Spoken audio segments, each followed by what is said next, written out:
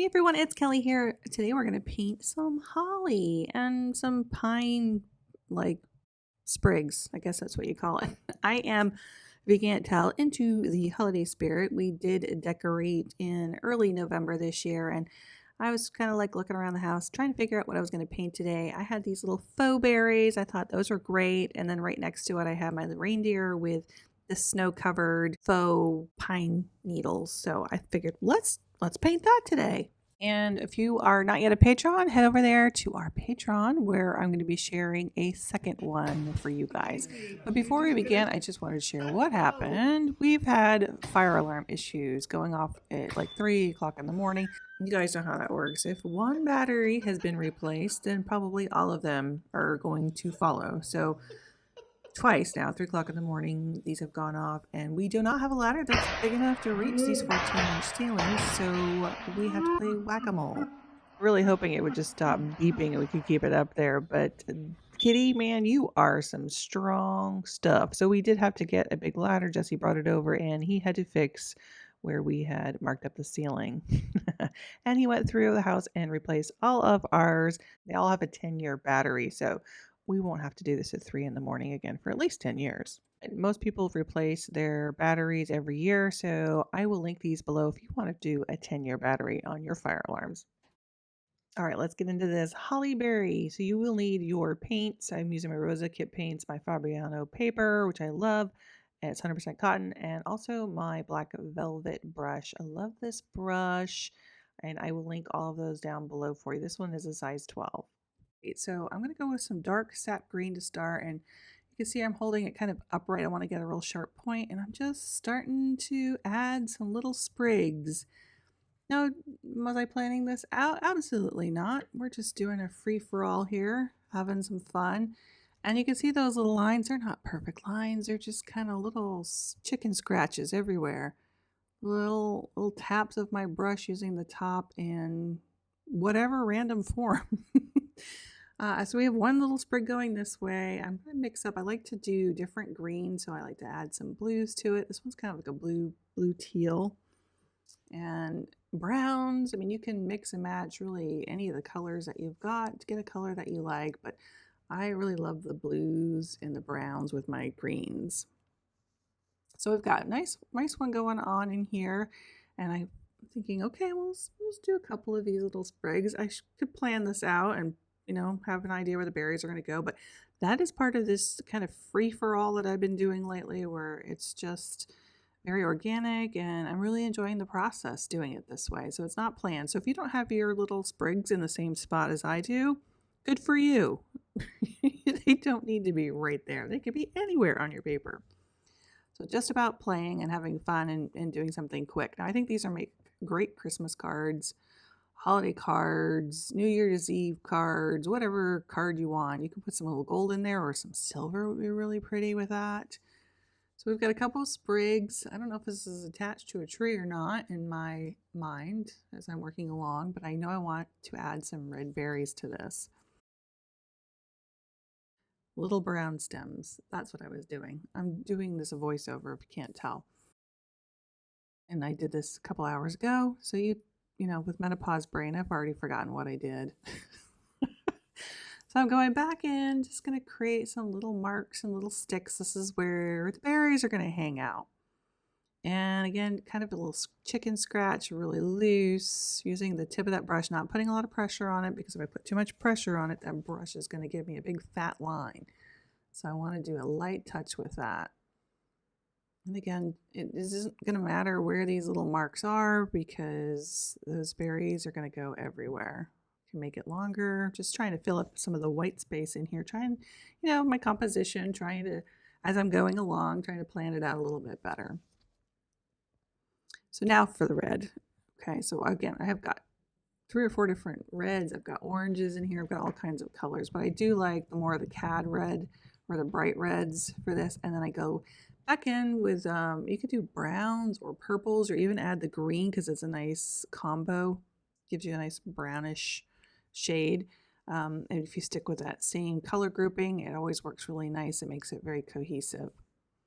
So again, just some random berries. They're not perfectly round. I'm skipping some little spots, leaving kind of a hole for, well, that one I didn't, or that one. There we go. Some white is what I was going to try to say. So it gives it a little bit of a sparkle, a little bit of a shine. We're going to add some snow on top of it, so I'm not too worried about it. You can always use your white gouache if you find that you get your berries too round and you forget your white space. But we're making a lot of these, so. And by the way, if you want to watch these the first time through, go ahead and watch it, see what I'm going to do. And it helps that way when you go to follow it along, if you want to paint along with me, you already know ahead of time what I'm going to be doing. So that is quite helpful. And remember, you can always speed it up if you want to watch it through the first time at a faster pace without listening to me. Or you can listen to me talk like a chipmunk. That's okay too. Or the other way around, if you want me to slow down because I paint fast, you can slow it down and watch it that way. All right, so we've got our berries in there. Now I'm like, okay, let's just I'm doing this kind of color combo lately. I like the yellow ochre with this. Now you can see that these berries are not completely dry, and that's kind of what I want. I don't want it to blend everywhere, so I'm kind of skipping it around, but sometimes I'm hitting them. And when I hit them, you can see that nice burst. It gives it this real nice softness in the painting. If you want to dry it and not have that blurriness or that look, that softness, feel free to dry it and then go back in. I'm going to show you another way you can do this too, is once, if you're not quite sure when you're first starting a painting, if you want to leave that white in there. I absolutely like the white, but I want to show you another way of doing this as well. So again, I hit that green right there when I came up to that area, not being careful, and that's all right. Tapping it in throughout here a little bit. I'm gonna hit that red one, a little berry, and that just kind of bursts because everything is still nice and wet. It looks really pretty. But we're gonna dry it in a second here, and then I'm gonna go back in and we're gonna just soften some of it because it is so stark, so bright white. And it feels like it should have, some darkness behind that a little bit, only because I have this softness going on. So let's throw a little bit of green in here. So maybe it looks like some other leaves in the background, kind of further away. You know how when you take a camera and you put it on portrait mode and the background becomes kind of blurry, and then whatever's in front of you up close is nice and crisp? That kind of is what this look will give you. So I'm going to dry it first, and then we're going to come back. So while I'm drying this, let me quickly talk to you about my channel. So this is now a watercolor channel versus an alcohol, ink, or resin channel. It's really affected how the algorithm sends out my videos.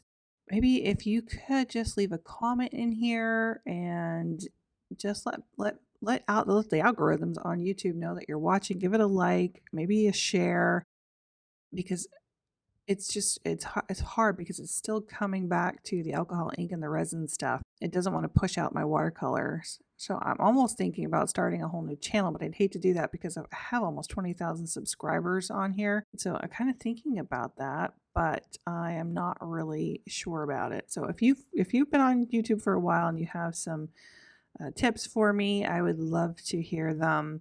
And also we have a new thing called a super thanks. If you're not familiar with that, it's not that new. I guess it's been around for a while, but it's new to me to pay attention to. But if you like my content, you can give me a super thanks. There's a button down there. I absolutely love what I do. So, by doing super thanks or following me on Patreon, that really helps me continue doing this kind of love. I've just taken water, or just added water to that background a little bit, and so you can see how it kind of softened everything. It picked up some of that green that was below, so it filled in some of those bright white areas. I like it both ways. Really preference based. This tends to loosen things up a little bit more, and then you can add just a few more details. But you do have to kind of keep in mind with watercolor, you're not going to get a lot of details in the background or things that are behind. You are going to get most details on the top or up front. If you kind of soften everything in the background and just do a few details in the front, it really kind of brings things to life. It makes it look a little bit more realistic in my eyes. So I'm going to throw in some more berries just because this is nice and wet. We'll get a little blurred effect with that. And you can see when it mixes with the green, almost looks like it's in shadow because it gives it a darker pigment, and green and red look really nice together if you can't tell. Look at that. So I'm going to dry it one more time here. And now it's dry. You can see I can get those real sharp, more detail up front. So now it just softens that background in there, and it just gives it some more depth.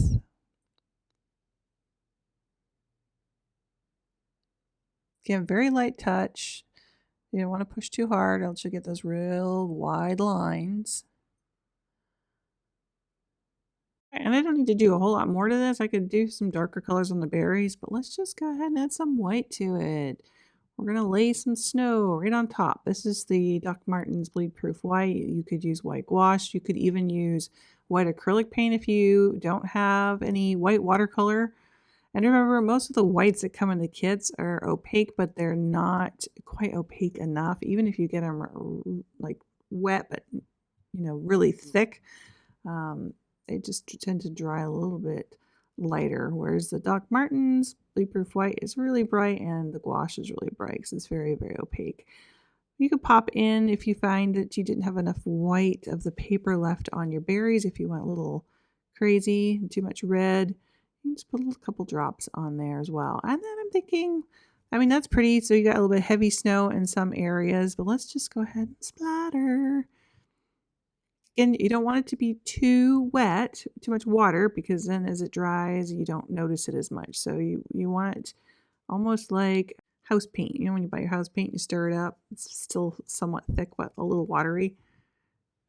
Look at that. Isn't that beautiful? You could cut this out, put it on a card, or actually do it on a Strathmore watercolor cards, which I absolutely love. I need to actually get more of those. I think I'm almost out. So then I'm adding just a couple more colors of brown in there for the stems. Some of them got a little lost. Maybe a couple more berries while I'm at it. Yeah, just some stragglers hanging out. So not everything is perfect. Remember, in nature, we have lots of variety. There we have it. All right, you guys, I hope you guys enjoyed this one. Stick around if you're a patron. We're going to be doing a second one of these in a beautiful vase. And make sure you hit that like and subscribe button. And we'll see you in the next one. Bye.